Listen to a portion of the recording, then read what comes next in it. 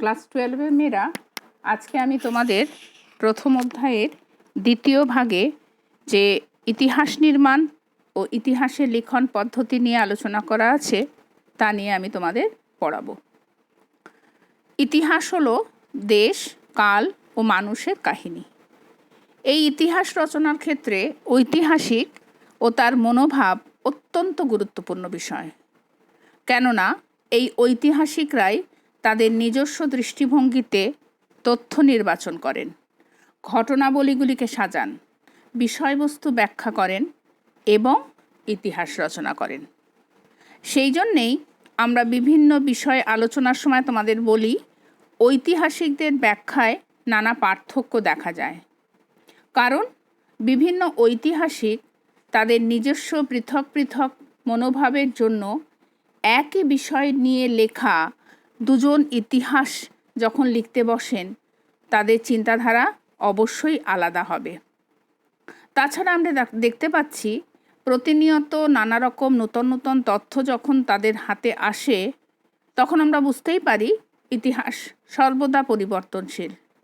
যেমন উদাহরণ হিসেবে আমি তোমাদের বলতে পারি, যখন পলাশী যুদ্ধ সম্পর্কে দুজন ঐতিহাসিক লিখতে বসছেন, তাদের দুজনের পরস্পর বিরোধী ব্যাখ্যা করতে গিয়ে ইংরেজ ঐতিহাসিক এস.সি. হিল সিরাজউদ্দৌলাকে এবং ভারতীয় ঐতিহাসিক ব্রিজেনগুপ্ত ইংরেজকে দায়ী করেছেন। তাহলে বুঝতে পেরেছো, যখন আমরা পলাশী যুদ্ধ পড়ব, তখন দুজন ঐতিহাসিক যখন নিজেদের দৃষ্টিভঙ্গি, নিজেদের মনোভাব নিয়ে যখন আলোচনা করতে বসেছেন, অবশ্যই তাদের বিষয়বস্তুর মধ্যে কিছুটা পার্থক্য থাকতেই পারে। ঐতিহাসিক E.H. কার বলেছেন, ইতিহাসের পাঠ শুরু করার আগে ঐতিহাসিককে জানতে হবে। তার বিখ্যাত বই হোয়াট ইজ হিস্ট্রি এই গ্রন্থে তিনি এই কথাটি বলেছেন। তার মানে ইতিহাস লেখার উপরে ঐতিহাসিকের নানা রকম দৃষ্টিভঙ্গি, মনোভাব, চিন্তাধারা সব কিছুই কিন্তু প্রভাব পড়ে। ভারতীয় ইতিহাস চর্চায় কিন্তু আমরা বিশেষ কিছু সমস্যা দেখতে পাচ্ছি।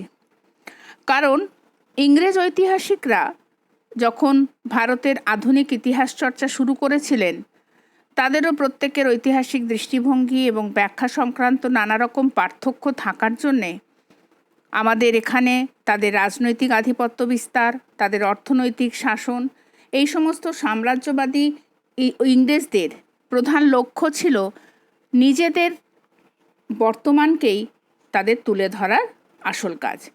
অতীত তাদের কাছে ছিল অবান্তর, অর্থাৎ ভারতের ইতিহাস নিয়ে তাদের কোনো আলোচনার বিষয়বস্তু ছিল না।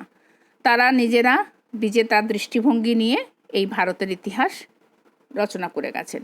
পাশ্চাত্য শিক্ষায় শিক্ষিত যখন ভারতীয়রা সেই সমস্ত ঐতিহাসিকগণ জাতীয়তাবাদী দৃষ্টিভঙ্গিতে ইতিহাস রচনা করতে শুরু করলো, তারা আবার তখন ইংরেজদের যে সমস্ত ত্রুটিগুলো ছিল সেগুলো উপলব্ধি করতে পারল। ফলে এই রকমভাবেই আমরা দেখতে পাচ্ছি ঐতিহাসিকদের মধ্যে নানা রকম পৃথক দৃষ্টিভঙ্গি নিয়ে ভারতের ইতিহাস চর্চা শুরু হচ্ছে।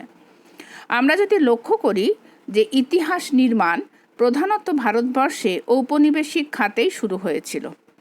ইংরেজরা যখন 1765 খ্রিস্টাব্দে বাংলা, বিহার, উড়িষ্যার দেওয়ানি লাভ করেছিল এবং ভারতের বিভিন্ন অঞ্চলে নিজেদের রাজনৈতিক আধিপত্য প্রতিষ্ঠা করেছিল, তখন আমরা দেখতে পাচ্ছি নিজেদের ক্ষমতা ও শাসন অধিকার লাভ করার জন্য ইংরেজদের কাছ থেকে ভারতের মানুষের সমাজ, ইতিহাস, অর্থনীতি ইত্যাদি তাদের জানার খুব প্রয়োজন ছিল। কারণ এই বিশাল অঞ্চলের যখন শাসনভার তারা চালাতে যাচ্ছে, তখন এই দেশের সম্পর্কেও তাদের জ্ঞান অর্জনের দরকার আছে। হেস্টিংসের আমল থেকেই ব্রিটিশরা প্রথম এদেশে ইতিহাস চর্চা শুরু করে। আমরা যদি সেই তাদের দৃষ্টিতে ঐতিহাসিক আলোচনা করতে পারি, তাহলে আমরা একটু কতগুলো পয়েন্টস নিয়ে আলোচনা করব। যখন তারা তাদের ঔপনিবেশিক ইতিহাস নির্মাণ বা চর্চা করতে আরম্ভ করলো, প্রথম তাদের দরকার হলো প্রশাসনিক অভিজ্ঞতা ভিত্তিক। কারণ এই বিশাল অঞ্চলের শাসনের দায়িত্ব পেয়ে আমরা দেখতে পাচ্ছি সেই সময়কার প্রশাসক এবং উচ্চপদস্থ ইংরেজ কর্মচারীরা, যেমন ওয়াটস, বোলস, ভেরেলস্ট, এরা ভারতের ইতিহাস লেখা শুরু করলো। কিন্তু তাদের লেখাতে আমরা দেখতে পাচ্ছি ভারতের পশ্চাৎপদতা, অনুন্নত কুসংস্কার, এই সমস্ত বিষয়বস্তু তারা তুলে ধরছেন। তথাপি এই সমস্ত লেখা, সেই সময়কার চিঠিপত্র আমাদের কিন্তু ভারতবর্ষের ইতিহাসের উপাদান হিসেবে এসে গেল। তারপরে আমরা দেখতে পাচ্ছি কিছু মানবতাবাদী ভাবনাভিত্তিক কিছু ঐতিহাসিক, যেমন উইলিয়াম জোন্স, উইলসন। তারা আবার শুধুমাত্র নিজেদের প্রশাসন নয়, কিন্তু ভারতের প্রাচীন হিন্দু সভ্যতার স্বরূপ উন্মোচন করছে, যে আমরা যে দেশে শাসন করতে এসেছি সেই হিন্দু সভ্যতা সম্পর্কে তারা কিন্তু উচ্চ ধারণা পোষণ করছে। আবার কিছু জনের হাতে আমরা দেখতে পাচ্ছি সাম্প্রদায়িক ভাবনায় প্রভাবিত হচ্ছে ইতিহাস, যেমন জেমস মিল তার হিস্ট্রি অফ ব্রিটিশ ইন্ডিয়া, একটি বিখ্যাত বই, তিনি ভারতের ইতিহাস রচনা করেছেন এবং এই বইতে তিনি সাম্প্রদায়িক ভিত্তিতে ভারত ইতিহাসকে 3টি ভাগে ভাগ করেছেন। তোমরা এটা ক্লাস 11-এ পড়েছিলে, হিন্দু যুগ, মুসলিম যুগ এবং ব্রিটিশ যুগ। এছাড়াও আলেকজান্ডার ডাফ, বিশপ হেবার, এই সমস্ত লেখকরাও হিন্দু মুসলমান সভ্যতাকে পৃথক হিসেবে তুলে ধরার চেষ্টা করেছেন। তাহলে আমরা দেখতে পেলাম যে ভারতবর্ষের ইতিহাস যখন ওরা প্রাচীনকালে দেখতে যাচ্ছে, তখন দেখছে যে ভারতের যে প্রাচীনতম গ্রন্থ বেদ, সেই হিন্দু গ্রন্থ হিসেবে কিন্তু বেদের পরিচয় পাচ্ছে ইউরোপীয়রা। আবার দেখা যাচ্ছে বার্নুফ বলে একজন ঐতিহাসিক ঋগ্বেদ এবং জেন্দ আবেস্তার মধ্যে বেশ মিল পাওয়া যাচ্ছে। আর্য জাতির ইতিহাসে সংস্কৃতের গুরুত্ব তিনি আলোচনা করছেন।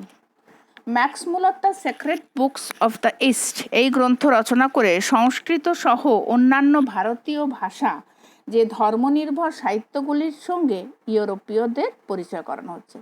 তাহলে একদিকে আমরা দেখলাম প্রশাসনিক কাজে, তারপরে দেখলাম মানবতাবাদী চিন্তাধারায়, তারপরে দেখলাম সাম্প্রদায়িক ভাবনা চিন্তা, এবার আমরা একটুখানি ধর্মভিত্তিক আমরা লক্ষ্য করলাম, কারণ হিন্দু এবং মুসলমান পরপর ভারতবর্ষে রাজত্ব করে এসছে। তারপরে তৃতীয় ক্ষেত্রে আমরা দেখছি ব্রিটিশ তথা খ্রিস্টানরা এখানে শাসন চালাতে এসেছে। আবার আমরা সাম্রাজ্যবাদ কেন্দ্রিক কিছু ইতিহাস চর্চা দেখব। উইলিয়াম হান্টার, আলফ্রেড লয়াল, তারা ব্রিটিশ সাম্রাজ্যের গৌরব উজ্জ্বল দিকগুলিকেই আলোকপাত করেছে। অর্থাৎ তারা ভারতের ভুল ত্রুটিগুলো ধরিয়ে তারা নিজেদের ব্রিটিশ সাম্রাজ্যবাদের দোষ ত্রুটিগুলোকে না দেখে ওয়ারেন হেস্টিংসের সাম্রাজ্যবাদী ভূমিকার প্রশংসা করে গেছে। তাহলে আমরা এখানে লক্ষ্য করলাম যে ভারতবর্ষে প্রথম থেকেই একটা স্বৈরতান্ত্রিক তত্ত্ব, অর্থাৎ রাজা যিনি রাজত্ব করবেন তার সেই জাতির শ্রেষ্ঠত্বের মানসিকতা কিন্তু এখানে লিপিবদ্ধ আছে। আলেকজান্ডার ডাফের 1770 খ্রিস্টাব্দের রচনা হিস্ট্রি অফ হিন্দুস্তান, এই গ্রন্থে তিনি বলেন যে ভারতীয় ইতিহাসের অন্যতম বৈশিষ্ট্য হলো স্বৈরতন্ত্র। স্বৈরতন্ত্র মানে যে রাজা হোক, সম্রাট হোক, কোম্পানি হোক, তারা নিজেরা নিজেদের দৃষ্টিভঙ্গি নিয়েই দেশকে পরিচালনা করবে, কোনোভাবেই প্রজাদেরকে সেখানে কোনোভাবেই তারা আসতে দেবে না, নিজেদের চিন্তাধারা নিজেদের দৃষ্টিভঙ্গিতে শাসন ব্যবস্থা পরিচালিত করতে। এই ক্ষেত্রে আমরা এশিয়াটিক সোসাইটির ভূমিকা একটুখানি দেখি। এত কিছু পাশ্চাত্য চিন্তাধারার মধ্যেখানে আমরা কিছু প্রাচ্যবাদী বিদ্যাচর্চা বা অতীত ইতিহাস চর্চারও আমরা এখানে কিন্তু লক্ষ্য করতে পারছি। এ বিষয়ে কিন্তু ওয়ারেন হেস্টিংস বিশেষভাবে দায়িত্ব নিয়েছিলেন। তিনি 1784-তে তৈরি করলেন এশিয়াটিক সোসাইটি উইলিয়াম জোন্সকে দিয়ে, এবং এই প্রতিষ্ঠানের মধ্যে দিয়ে হচ্ছে কি ভারতের প্রাচীন ইতিহাসের গবেষণা করতে হবে, এবং গবেষণা শুধু নয়, সেগুলোকে পত্রিকার আকারে প্রকাশ করতে হবে। তারপরে আমরা দেখতে পাচ্ছি খ্রিস্টান মিশনারিদের মধ্যে উইলিয়াম কেরি, মার্সম্যান, ওয়ার্ড শ্রীরামপুরে 1800 খ্রিস্টাব্দে ব্যাপটিস্ট মিশন প্রতিষ্ঠা করছেন। এবং আমরা আগেই তোমাদেরকে বলেছিলাম আগের ক্লাসে, উইলিয়াম কেরি তার ইতিহাসমালা গ্রন্থ রচনা করে ভারতের তথা বাংলার 150 বছরের ইতিহাস তিনি সেখানে রচনা করে গেছেন। এছাড়া এখানে ব্রিটিশ কর্মচারীরা যখন কাজ করবে তাদের ভারতীয় ভাষা এবং ইতিহাস শিক্ষা দেওয়ার জন্যে লর্ড ওয়েলেসলি তৈরি করলেন 1800 খ্রিস্টাব্দে ফোর্ট উইলিয়াম কলেজ। এই কলেজের অধ্যাপক কে ছিলেন? রাম বসু। তিনি প্রতাপাদিত্য চরিত্র এবং মৃত্যুঞ্জয় বিদ্যালঙ্কার রাজাবলী নামে দুটি রচনা করেন, এবং এই সমস্তর মধ্যে দিয়ে কিন্তু ভারতীয় ঐতিহ্য তারা তুলে ধরছে। পরবর্তীকালে এই ফোর্ট উইলিয়াম কলেজ বন্ধ হয়ে যায় এবং ব্রিটিশ কর্মচারীদের প্রশিক্ষণের জন্য ইংল্যান্ডে এইরকমই একটি কলেজ যার নাম হেইলবেরি কলেজ প্রতিষ্ঠা হয়। এবার আমরা দেখব ঊনবিংশ শতকে ইতিহাস চর্চায় কয়েকজন কিভাবে তারা নিজেদের চিন্তাধারাকে অন্যরকমভাবে নিয়ে গেছে। এই ঐতিহাসিকরা ঊনবিংশ শতকের বিশেষ কিছু লেখা আমরা পেয়েছি, তারা বেশিরভাগই ব্রিটিশ কর্মচারী। যেমন মেয়েরা এই সমস্ত বইগুলো লেখক এবং বইয়ের নাম তোমরা ভালোভাবে মনে রাখবে, মুখস্থ করবে, কারণ এগুলো কিন্তু পরীক্ষায় এমসিকিউ এবং এসিকিউতে আসে। James Grant Duff history of Marathas লিখেছিলেন। Mark Wilcox sketches of the south India. James Tod annals and antiquities of Rajasthan. Elphinstone the history of India. Edward Thornton the history of the British power in India. William Hunter annals of rural Bengal. তার মানে এই সমস্ত বইগুলোর মধ্যে দিয়ে আমরা কিছু আঞ্চলিক জায়গার নাম পেলাম, মারাঠা পেলাম, রাজস্থান পেলাম, দক্ষিণ ভারত পেলাম। আবার উইলিয়াম হান্টারের এই বিখ্যাত বইটি অ্যানালস অফ রুরাল বেঙ্গল আমাদের বাংলার ইতিহাস তিনি বিস্তরভাবে লিখে গেছেন। তার মানে এরা এখানে এসে যখন ছিল প্রশাসনিক কাজে, তারা কিন্তু আমাদের এখানে শুধুমাত্র শাসন রাজনীতি নয়, কিন্তু সমাজ অর্থ নিয়েও আলোচনা করেছেন। বিংশ শতকের ইতিহাস চর্চায় আমরা কয়েকজনকে দেখি। বিখ্যাত ইতিহাস গ্রন্থ লিখেছেন Vincent Smith, early history of India, Oxford history of India. P E Roberts লিখেছেন history of British India to the end of the East India. Keith লিখেছেন কনস্টিটিউশনাল হিস্ট্রি অফ ইন্ডিয়া। মেয়েরা এই প্রত্যেকটা বই কিন্তু খুব ইম্পর্টেন্ট। এবার আমি তোমাদের চলে যাব দেশীয় ইতিহাস চর্চা। এই আলোচনাটা করলাম তো ঔপনিবেশিক ইতিহাস চর্চাতে, এবার আমি কিছু দেশীয় ইতিহাস চর্চা আলোচনা করছি। দেশীয় ঐতিহাসিকরা জাতীয়তাবাদের সাথে হিন্দুত্ববাদ বা ইসলামকে যুক্ত করে দিয়েছিল। সেই সময় আমরা দেখলাম ভারতীয় ঐতিহাসিকরা বিশেষত নিজেদের আঞ্চলিক ইতিহাস বা দেশীয় রাজপুরুষদের জীবনী রচনায় বেশি গুরুত্ব দিয়েছিল। হিন্দু চেতনার ইতিহাস হিসেবে আমরা দুজনের নাম বলতে পারবো, স্বামী দয়ানন্দ সরস্বতী এবং বিনায়ক দামোদর সাভারকর। বিনায়ক দামোদর সাভারকর তো বলেই দিয়েছিলেন, লিখেই দিয়েছিলেন, যেদিন মোহাম্মদ গজনী সিন্ধু নদ পার হয়েছিলেন সেই দিন হিন্দুদের সঙ্গে মুসলমানদের জীবন মরণের সংগ্রাম শুরু হয়েছিল। তারপরে আমরা দেখতে পাচ্ছি কিছু মুসলিম ঐতিহাসিক, যেমন মৌলানা শওকত আলী তার প্রবন্ধে লিখেছেন হিন্দু ও মুসলিমরা হাজার বছর একসঙ্গে থাকলেও দুটি সংস্কৃতির মিলিত হওয়ার কোনো সুযোগ নেই। তার মানে ভারতীয় কিছু মুসলিম জাতীয়তাবাদী, কিছু হিন্দু জাতীয়তাবাদী লেখক, তারা নিজের নিজের ধর্মের বা জাতির ইতিহাস রচনাতে কিন্তু কিছু পার্থক্য আমরা দেখতে পাচ্ছি।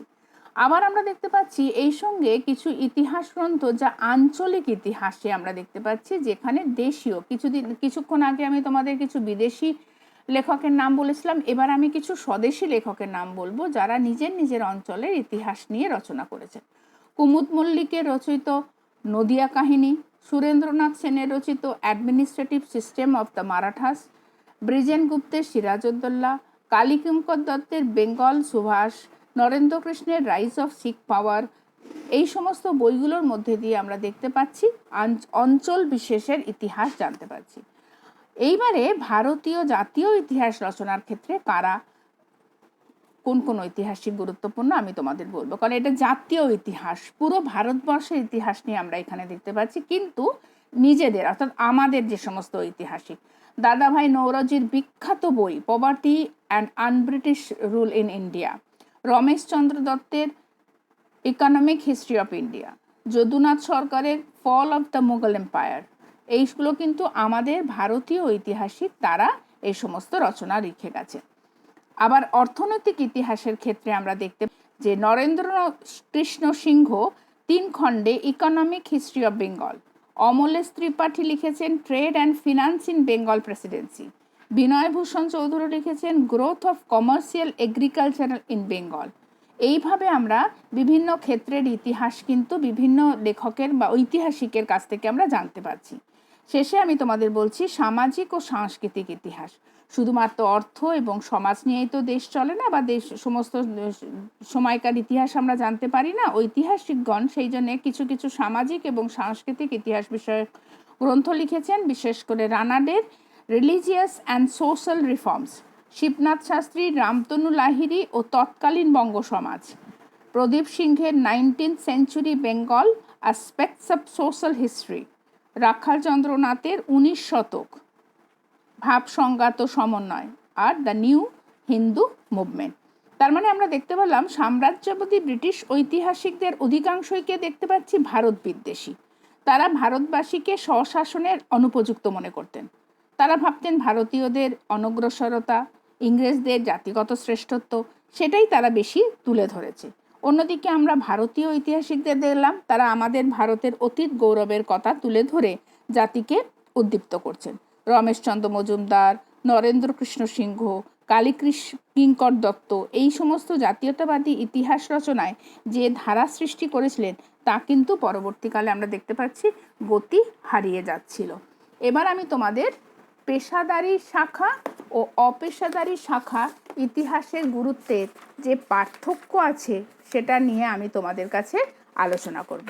কারণ পেশাদারি এবং অপেশাদারি অর্থাৎ ইতিহাস রচনার ক্ষেত্রে আমরা দেখতে পাচ্ছি যে কিভাবে ঐতিহাসিকরা তারা নিজেদেরকে পেশাদারি এবং অপেশাদারি ক্ষেত্রে এই ঐতিহাসিক চরিত্র দেখতে পাবো।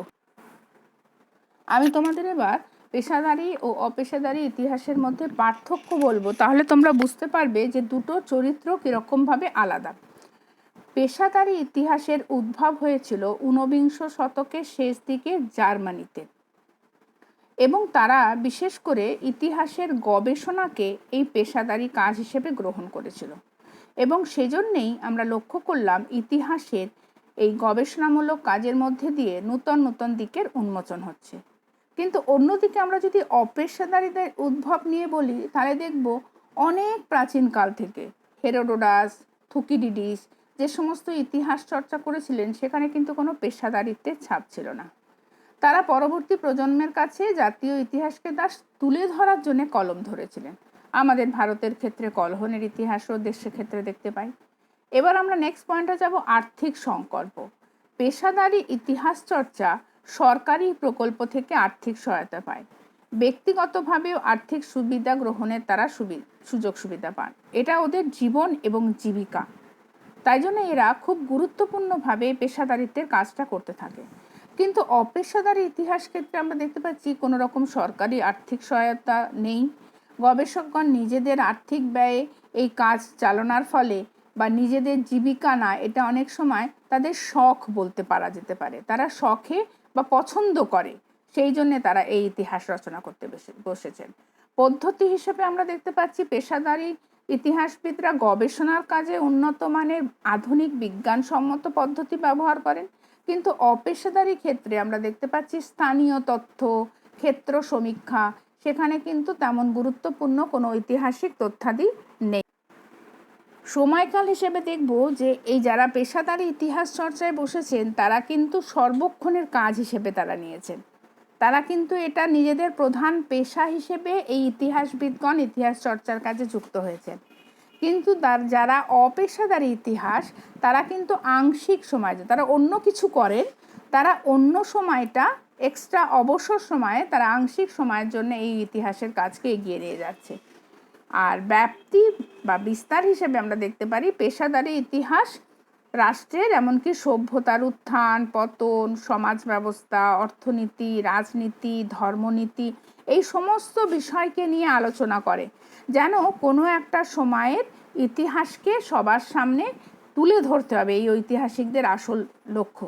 কিন্তু অপেশাদারির সেই ক্ষেত্রে খুব ক্ষুদ্র প্রেক্ষাপট, স্থানীয় বা আঞ্চলিক বলতে পারি, সেখানে কিন্তু ব্যাপক হারে এটা আমরা লক্ষ্য করতে পারছি না। মেয়েরা এবার ভালো করে শোনো, ঐতিহাসিকরা যখন কিছু লিখতে বসেন, অর্থাৎ ইতিহাস লিখতে বসার, শুধুমাত্র আমরা ইতিহাস পড়ছি কিন্তু তাদের লেখার কি কি পদ্ধতি আছে সেই আমরা লিখন পদ্ধতি সম্পর্কে এবার আমরা আলোচনা করব। লিওপোল্ড ভন র্যাঙ্কে বলে একজন ঐতিহাসিক, তিনি বলছেন যে ঘটনা যেভাবে ঘটেছে তা সঠিক বর্ণনার মাধ্যমে দেখানোই হলো ইতিহাস। ভালো করে শোনো কি বলছেন, যে ঘটনা যেভাবে ঘটেছে তা সঠিক বর্ণনার মাধ্যমে ঐতিহাসিককে ইতিহাসের মধ্যে দিয়ে তুলে ধরতে হবে। ঐতিহাসিক বিউরি বলছেন, ইতিহাস হলো একটি বিজ্ঞান, এর কমও নয় বেশিও নয়। অর্থাৎ আমাদের চতুর্দিকে ছড়িয়ে থাকা নানা রকম ঐতিহাসিক উৎস ও তথ্যের সহায়তায় একজন ঐতিহাসিক সুসংবদ্ধ বৈজ্ঞানিক পদ্ধতি ব্যবহার করে ইতিহাস রচনা করেন। তাহলে ইতিহাস রচনা করতে গেলে কোন কোন পদ্ধতির ওপর নির্ভর করতে হয় আমরা এবার সেগুলো একটু আলোচনা করব। প্রথম হচ্ছে উৎস সংগ্রহ। কারণ ইতিহাসের বিষয়বস্তুর মূল ভিত্তি হচ্ছে উৎস। উৎস ছাড়া কখনোই ইতিহাস হতে পারে না। তাহলে প্রথম আমাদের জানতে হবে সেই উৎসের সন্ধান এবং সংগ্রহ।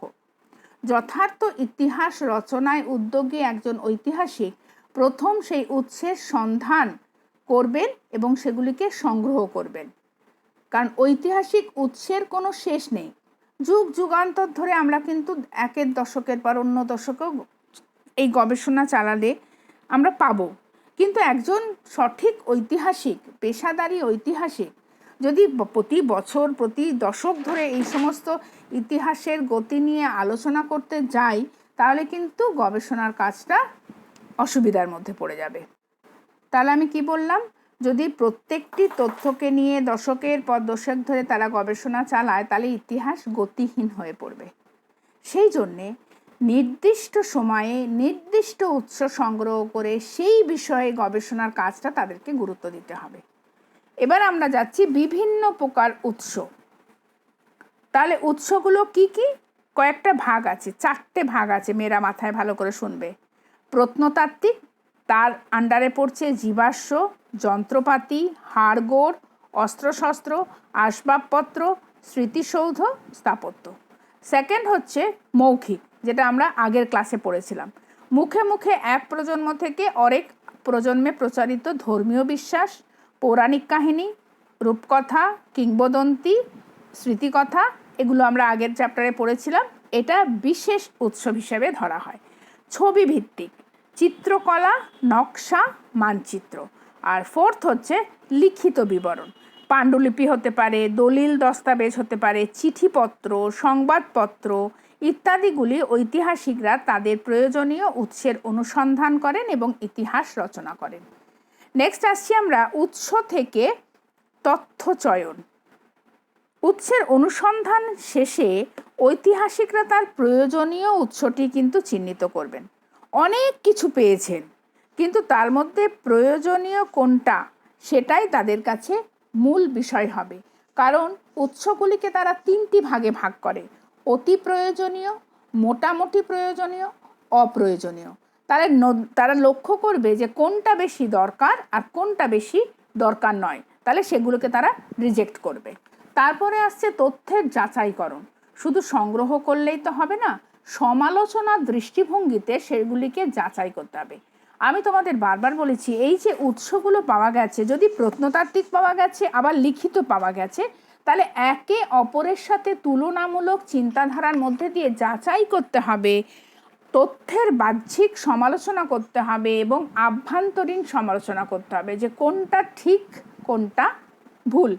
এই ক্ষেত্রে ঐতিহাসিকের নিজস্ব মানসিক দৃষ্টিভঙ্গি, চিন্তাধারা এবং মনোভাবকে বিশেষভাবে লক্ষ্য রাখতে হবে। তারপরে আছে তথ্যের বিশ্লেষণ।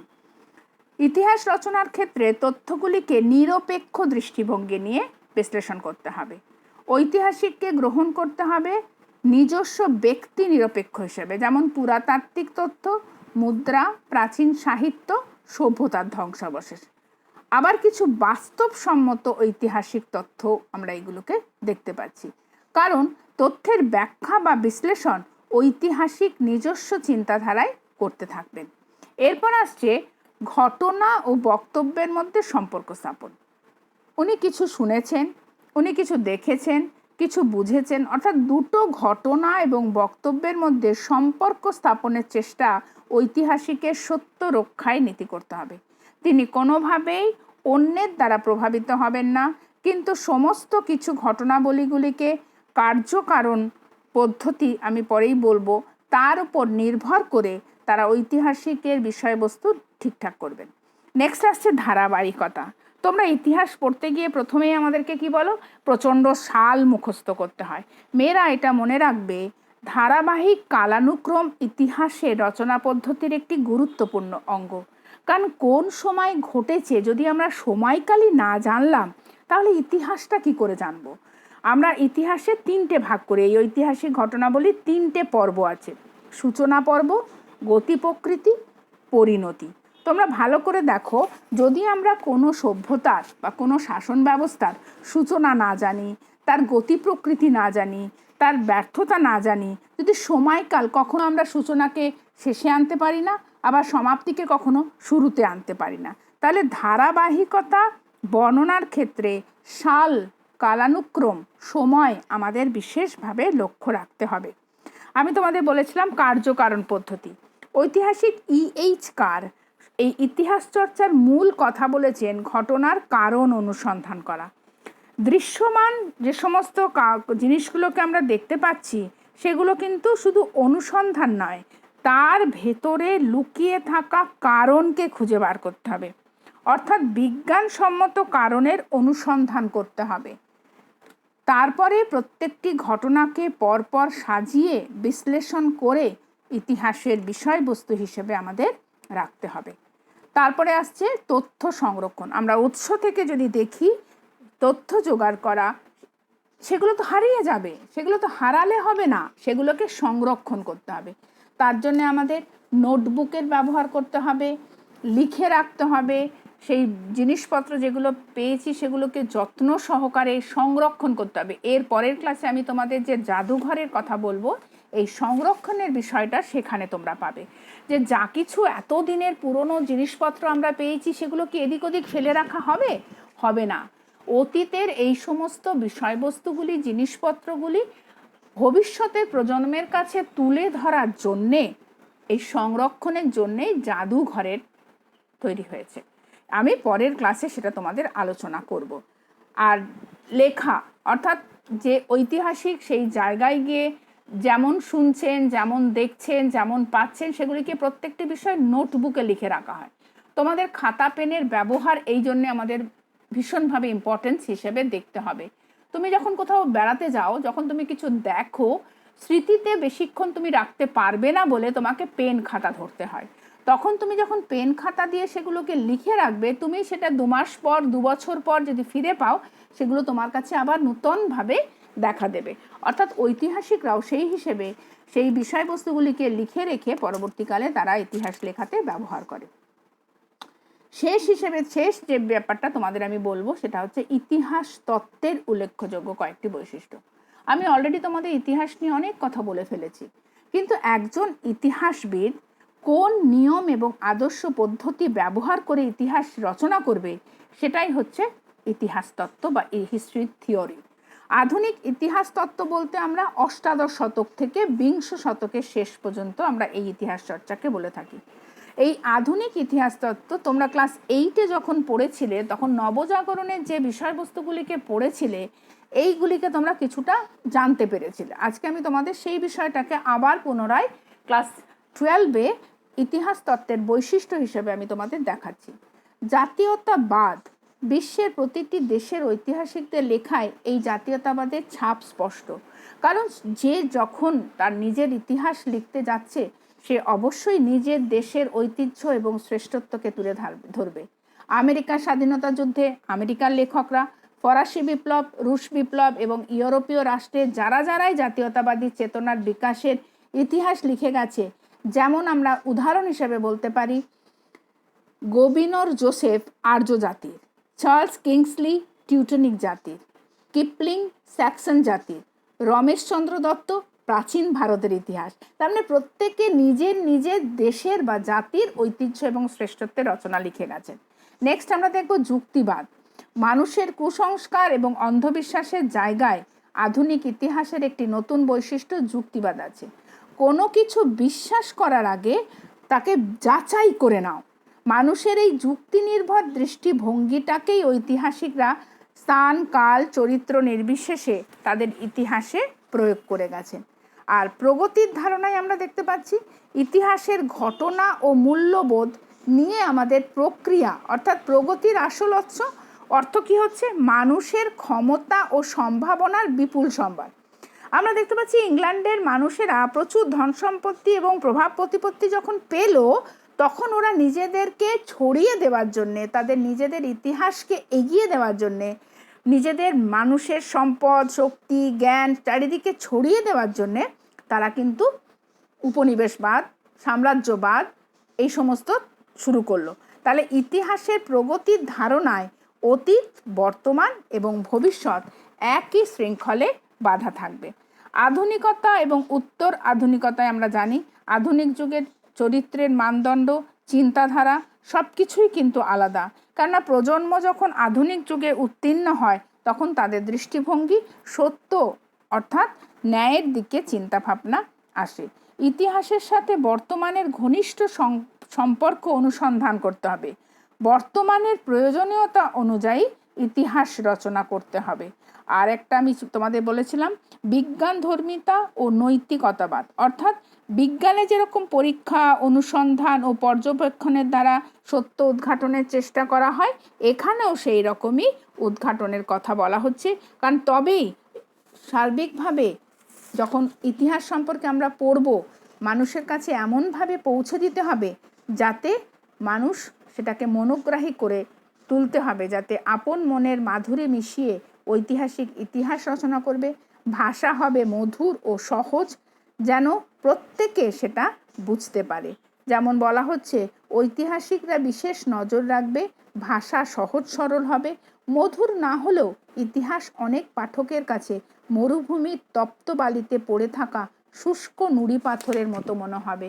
তার মানে ইতিহাসকে প্রাণবন্ত করে তুলতে হবে। তোমরা মেয়েরা যা কিছু শুনলে তোমরা পরবর্তীকালে বই পাবে এবং বইয়ের সাথে তোমরা মিলিয়ে দেখতে পাবে এখানে কিন্তু অনেক MCQ, SAQ এবং বড় প্রশ্নের উত্তর আছে। সেটা পরবর্তীকালে আমি তোমাদের নিশ্চয়ই জানাবো।